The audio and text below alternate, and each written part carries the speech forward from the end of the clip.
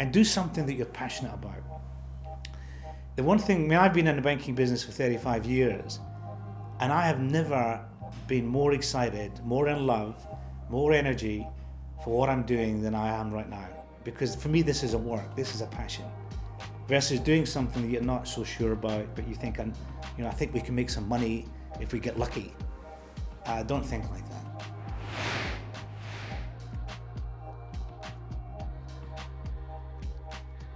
Judo Bank raised $510 million in 2020, and which saw its valuation soar past $1.6 billion, making you one of Australia's rare business unicorns in recent times. So congratulations on that. That's a huge result.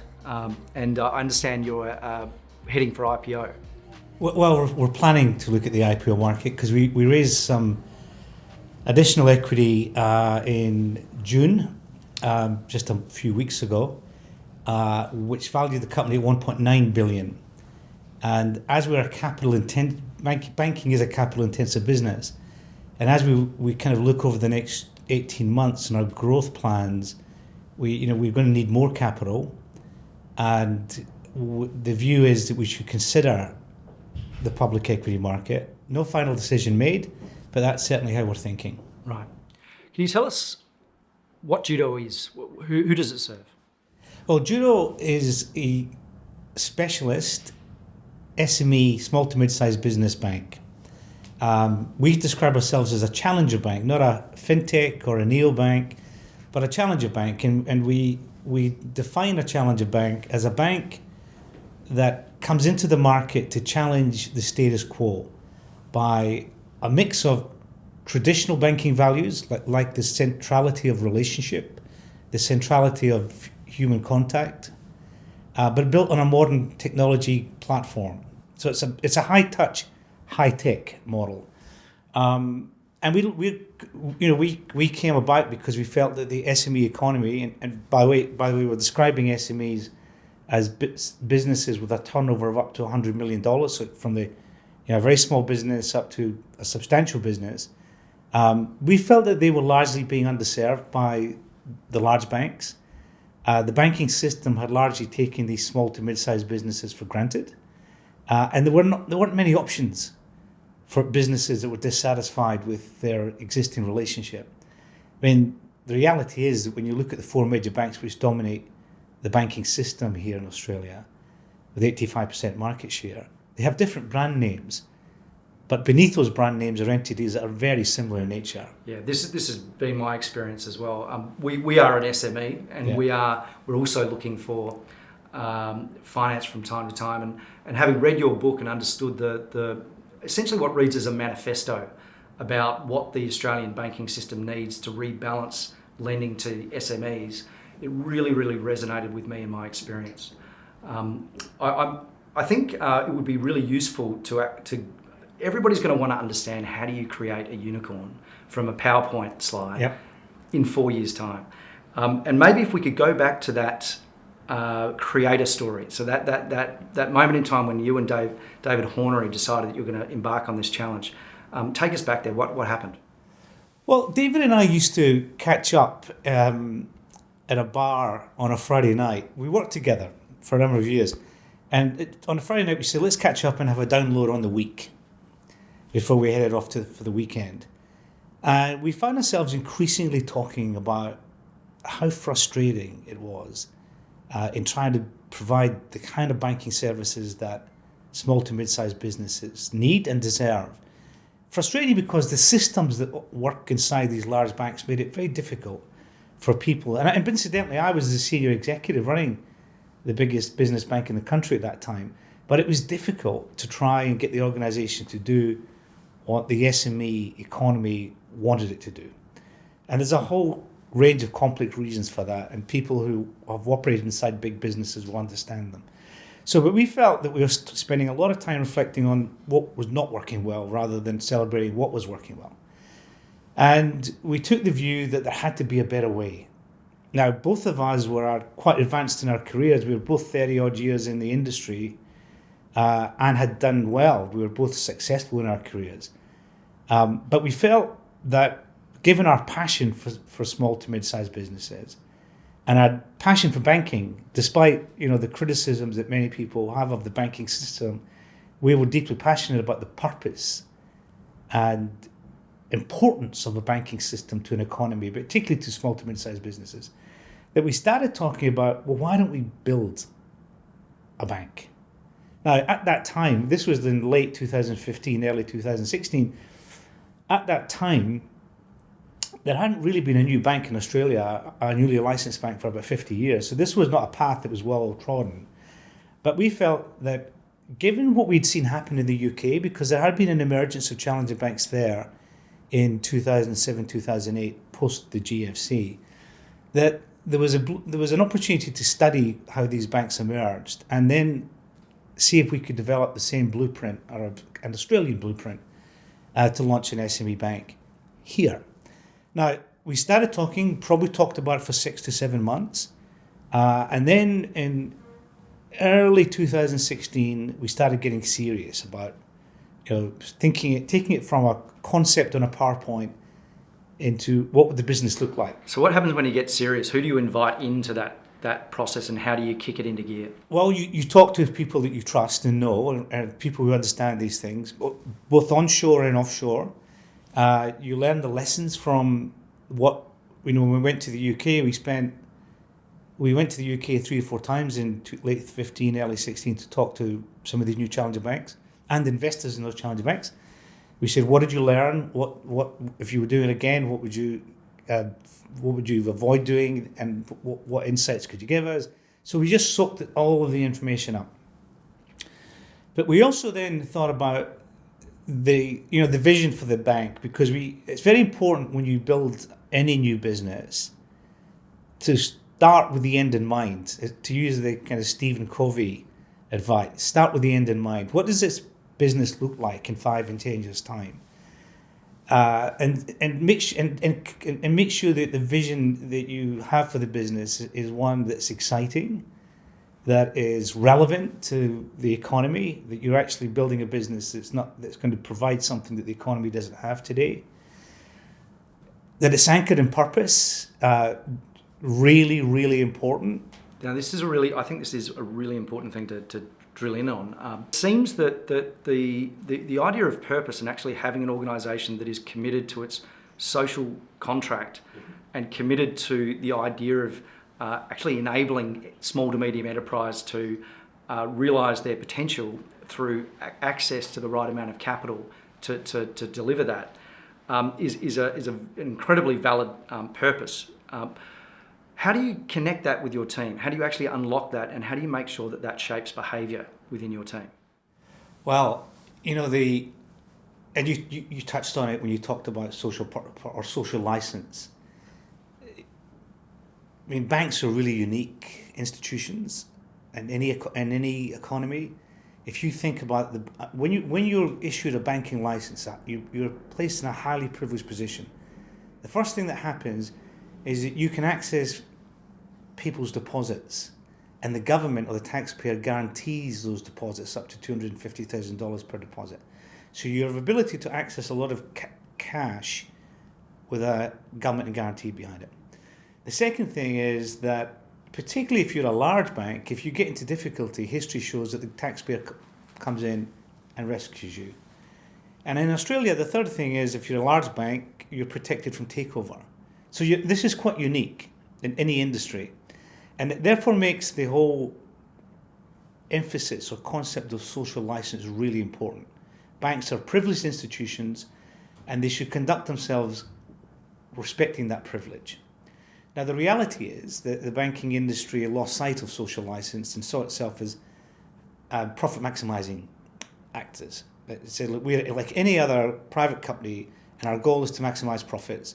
And therefore that's how we should operate. And that then resulted in a set of behaviours that the Royal Commission, I think, clearly illustrated, but also a huge disconnect from society or from the economy, and particularly true of small to mid-sized businesses. They felt left behind by the banking system. So back to the question around, when we were building Judo, we said, let's make sure that we avoid all of the issues, the reputational issues that have scarred the industry, marred and scarred the industry over the last decade. And let's build a business that is anchored in a strong sense of purpose. And our purpose is to be Australia's most trusted SME business bank. It's clear, it's powerful, and everything that we do inside the bank, when we think about strategy, it's anchored in that purpose. And so when people join the bank, we talk a lot about purpose and values. What are the values that support that purpose? Because they help shape the culture. And then now, a lot of people coming from large institutions will have read mission statements and value statements and purpose statements and then instantly forgotten them. Whereas here, as part of the way that we hire people and then we induct people into the culture of the organisation, we emphasise the importance of purpose. That for Judo to succeed in a market dominated by giants, it has to differentiate itself. And the one way that you differentiate yourself is by having a strong sense of purpose that you absolutely are accountable for. Yeah. That what you say is what you do. And inside the company and outside the company.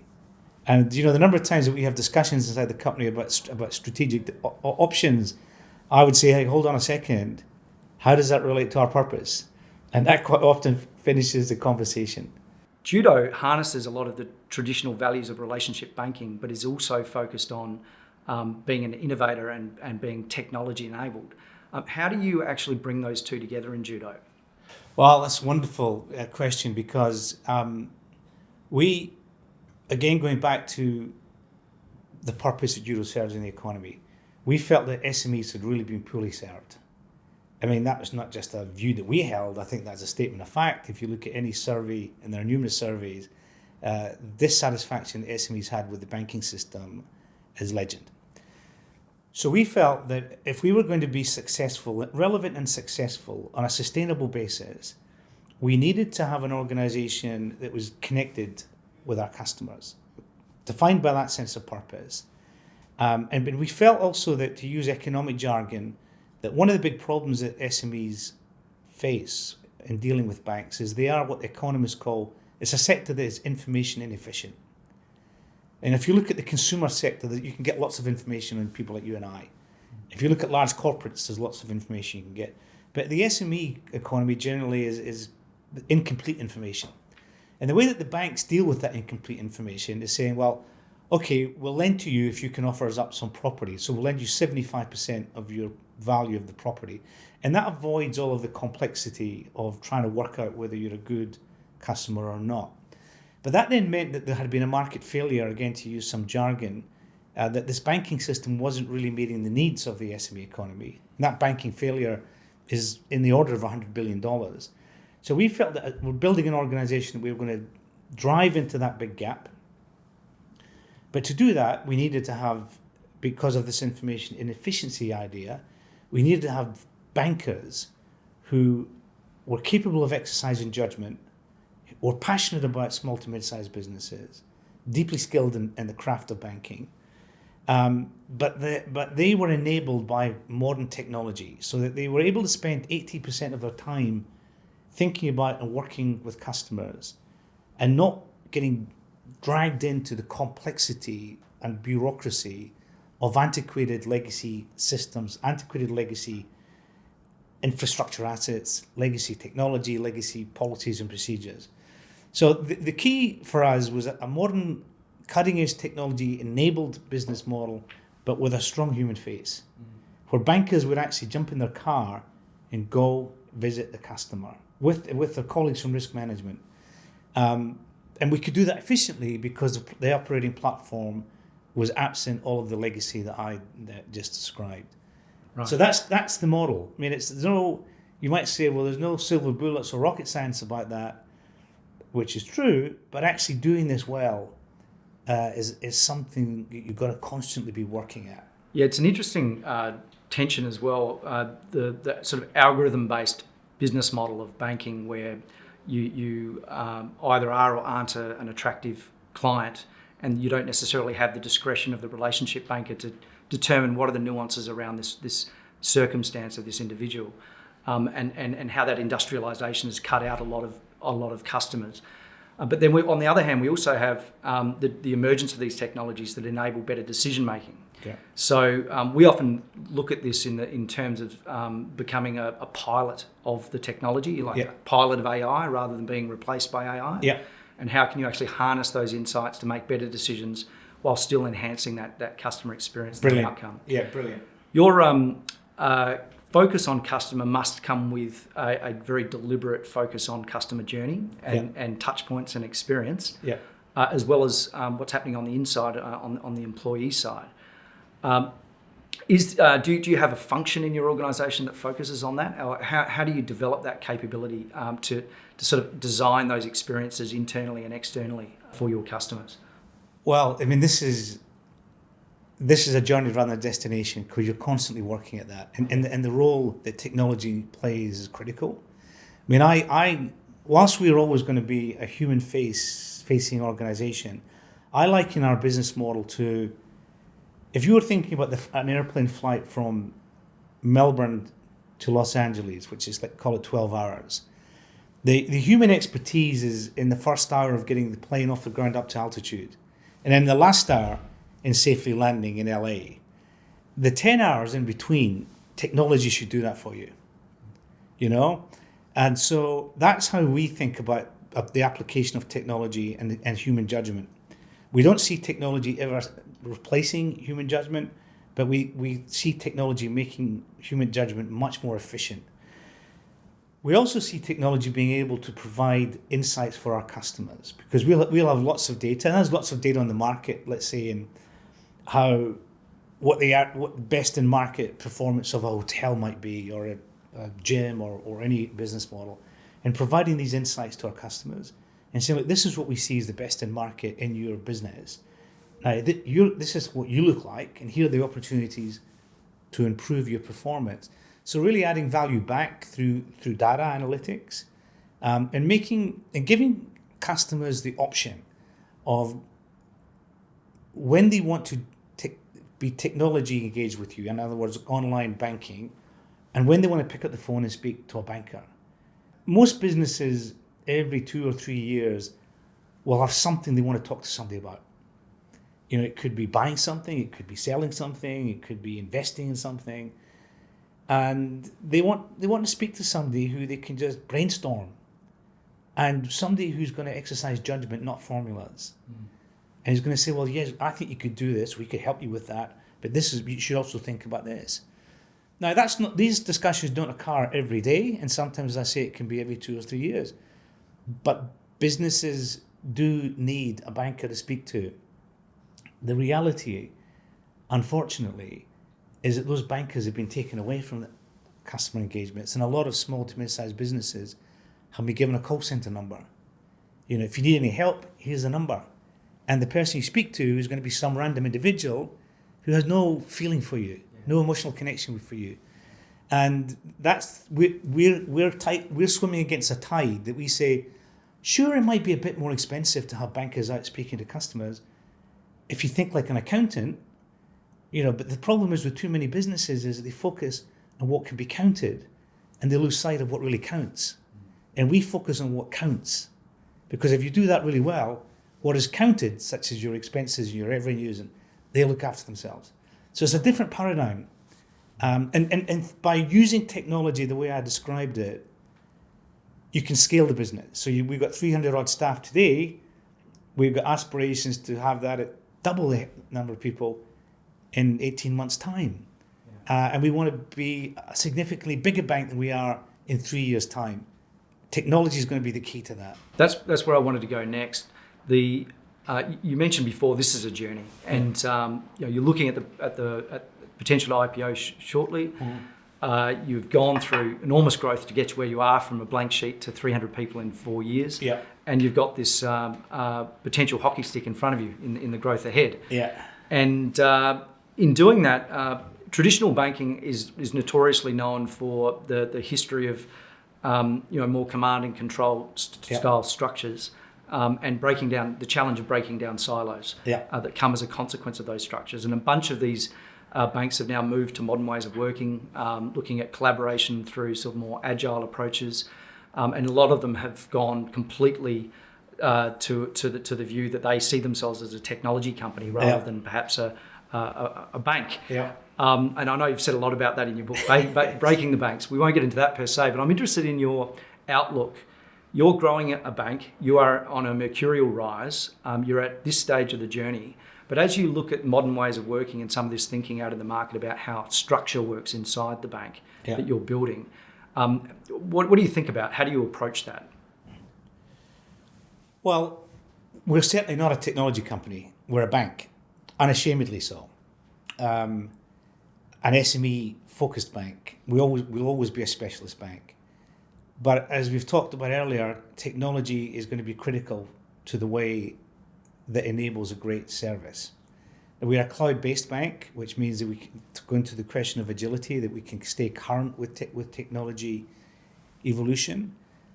We see, as I mentioned earlier, that technology is going to be critical to our analytical understanding of our customer and our ability not just to have data analytics that serve the needs of how we run the bank, but also add value to our customers.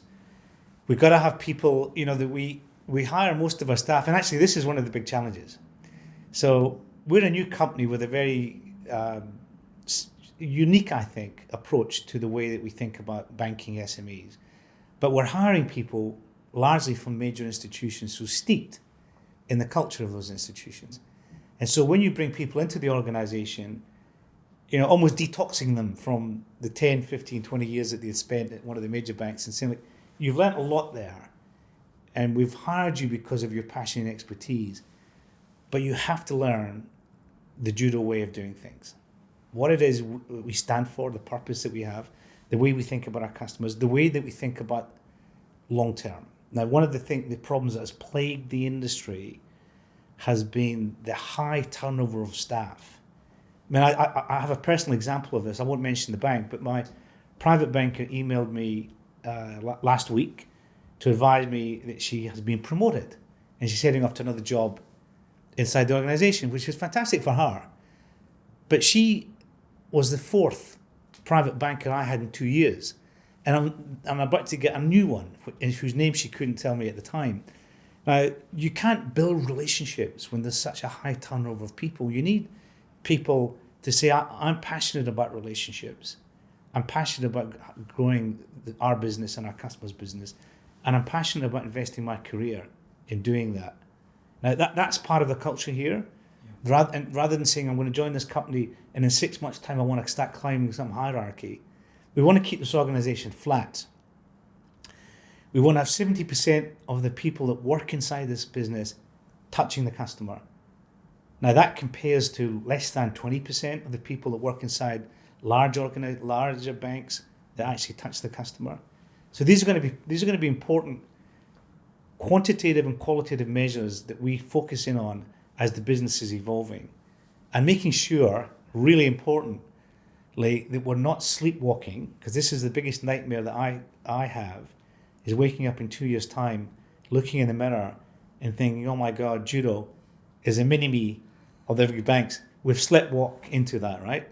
So the challenge that I and my colleagues have is making sure that we're constantly vigilant as to how the culture inside the organization is evolving, how the bureaucracy in the organization is evolving, which is really important. I mean, this is an industry plagued by bureaucracy.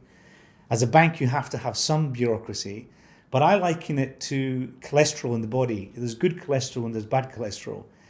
The truth is, inside many of these large institutions, the arteries are clogged up with bad cholesterol, mindless bureaucracy, lack of agility, lack of decisiveness, lack of empowerment.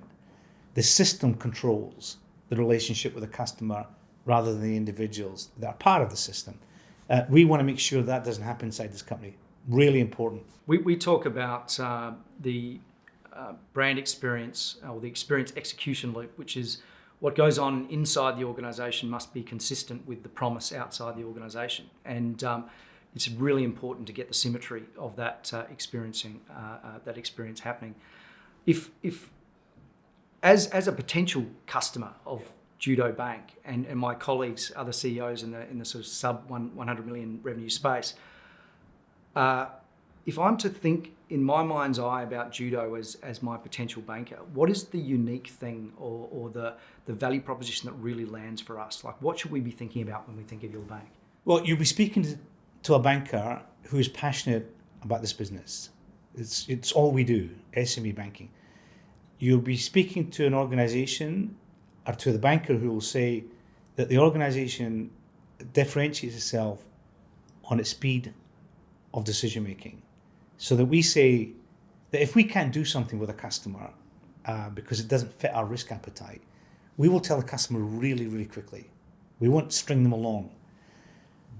Getting to yes, our commitment is to get to yes in 5 days. That now inside a lot of big banks, that can be like 5 months, right? So it's the ability to make quick decisions. It's the ability to have bankers who are empowered in some cases to make those decisions, an ability to be competitive and to almost customize or in a bespoke manner develop a solution, rather than saying, look, here's the product, take it or leave it. Or here's what the machine said, take it or leave it. So what percentage, if I can ask, of your loan book would be backed by property as opposed to about 70 to 75%. Right. But that's the way that we think about lending money to customers based on what we call the 4 C's, and this is a religious belief inside this company. The first C is the character, track record, reputation of the business owner, the entrepreneur. The second C is the cash capacity or the cash flow in the business to service and repay the debt. The third C is the capital or the equity capital that sits on the balance sheet to support the debt. And then the fourth C is collateral. What sort of security is available in the event that there's a weakness in one of the first 3 C's.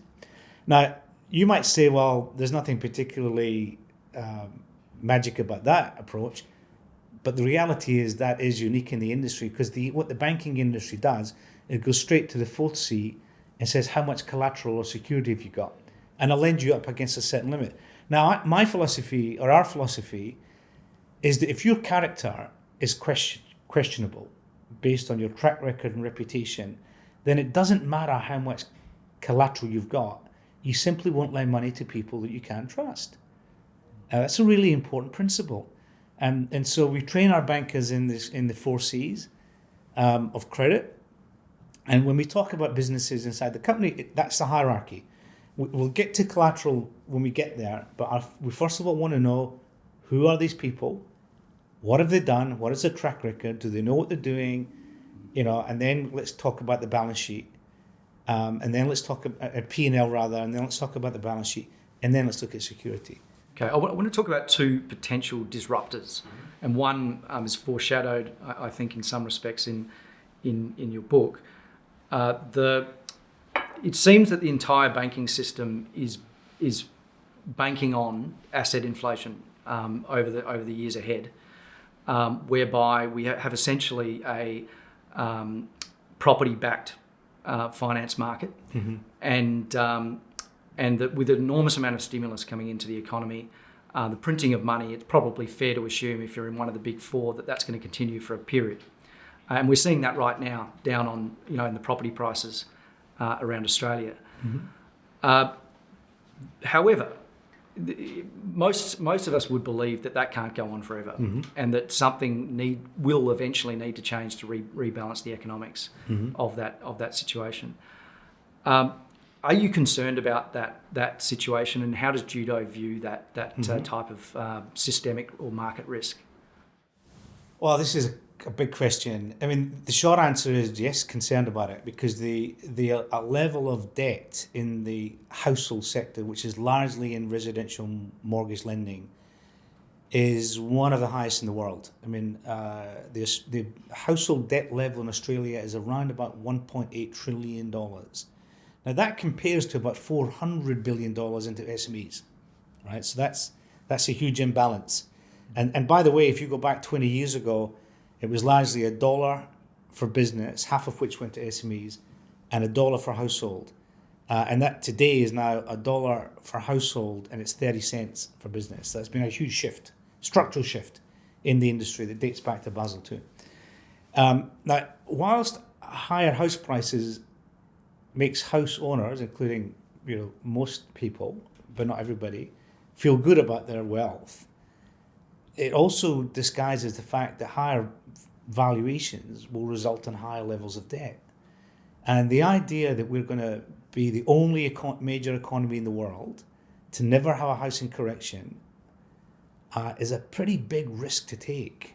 It's a big punt, I would describe it as. It's a big punt. The interest rates are very low today, but they're not always going to be very low. They're going to start climbing in 2 or 3 years' time. That's what the market indicators are telling us. And so, is it prudent for the banking system to be pushing so much debt into the household sector and as a result driving up house prices? As a banker, when you get off the dance floor and go onto the balcony and look down, you say, no. The level of systemic risk here is huge. And it's a concern. How does Judo think about it? Well, obviously we talk about it publicly. We've been quite vocal in terms of our public comments in media around concern about household debt and the need for regulators to take a much closer look at what's happening. We also, are particularly careful about which sectors of the economy that we find how much lending we have into. So we'll be a lot more cautious, for example, on certain types of commercial property at this stage in the cycle. We're very conscious that most SME, small, mid-sized business owners may own not just their own residence, but several investment properties, because that's just part of the psyche in this market. We take that into account when we look at lending, so because these things can be connected. There's a so-called contagion risk. If something goes wrong here, it can flow over into over here. So you keep an eye on it, but we're not people that put our heads in the sand and say, well, everybody's going to always want to buy a house, and therefore housing is always going to go up. To do that, to my mind, is hugely naive, and it is taking a huge punt. And serious, responsible bankers should be expressing concerns about these issues. Yeah, and what you're saying excites me because I really feel that in Australia, having seen what I've seen in other markets, we have this myopia which undermines the innovation potential of our small to medium enterprise, and we don't get the leverage on that innovation potential within the Australian community. And you also see it in the venture capital markets to some extent as well. Yeah. And I would love to see that turn around, because I think there's incredibly bright people in our country who have enormous potential that could be accelerated quite substantially with the right type of policy around that. Now, the other area I wanted to touch on from a disruption perspective is things like DeFi, and understanding that we are entering a new world with in terms of technology. Yeah. And that the buyer might actually, if they have access to it, move to different types of funding models like peer-to-peer, blockchain-based lending. Yep.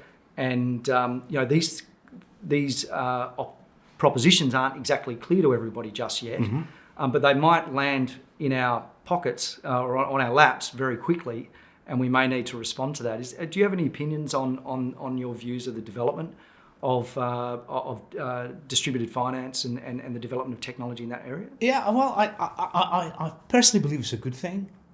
I mean, because I think the more innovation that we see and the more options that businesses have in accessing finance, the better. The flip side of that is that banks operate in quite a regulated market, and so we know what's happening in the banking system. We don't know so much about what's happening outside the banking system in the so-called shadow system, if you will, the unregulated system. But we know it's growing. You only have to look at the buy now, pay later segments, and then all the other segments such as the ones you touched on, and they're getting bigger and bigger. But we're all part of the same system, if you will. And so excessive amounts of growth and credit in the unregulated market has implications for the regulated market. So my only caution is to make sure that we're not seeing growth outside the regulated market that could impact the whole system. But that is not to say that we shouldn't have a lot more innovation, that businesses have a choice, and if businesses can't access the capital that they need, let's say through the banking system, that there are alternatives for them. I do feel that the banking system has to be a lot more in tune with the asset light economy that we are in. It doesn't serve that economy at all well today. Venture capital has a role to play, but it has quite a narrow role to play, and it's not attractive to all business owners. So I think there is a need for a lot more innovation in finance. We will have a role to play as a bank. Again, going back to my kind of hierarchy around the 4 C's, we're looking at character and capacity before we get to collateral. We understand that if you have an entrepreneur who's been successful over the last decade and he or she wants to come and start a new business, you're not looking at a startup, really. What you should be looking at is the individual who's actually demonstrated his or her capacity to build a business. And that's where you should start. And that's why this character reference that I made is so important. So, we're very much in tune with that. We support innovation. Again, getting off the dance floor and onto the balcony, we also concern ourselves that there's a lot happening in the unregulated market that will impact the economy if something goes wrong there. And it's important that there is a system-wide view on what's happening. Joseph, you do a lot of these interviews now, I'm sure, with everything happening and the growth journey you're on. Are there any questions you don't get asked that you think would be worth discussing? Because it's something you'd like to share. If you are looking for capital, choose your shareholders really carefully. Now, most new businesses, when they're looking for capital, will take it wherever they can get it. But taking in other people's money is a little bit like marrying somebody. You're stuck with them, which hopefully everything will go well and there's not a problem, but quite often things don't go quite as planned. And then it becomes very complex.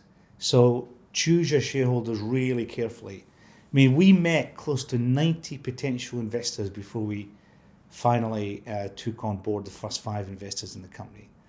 So those are the things that I would say to think with the end in mind. Be ambitious, but really measure twice, cut once. Do your homework and don't rush, because if you rush into doing something, there's a good chance that down the track you might find yourself having to go back and redo it. Very interesting to hear where you're coming from, and hats off for the success in Judo Bank. It's actually quite inspirational, and perhaps we'll be a customer one day. I'm really looking forward to seeing where you're going. Good. Thank you very much. Great. Thanks, Joseph. Pleasure.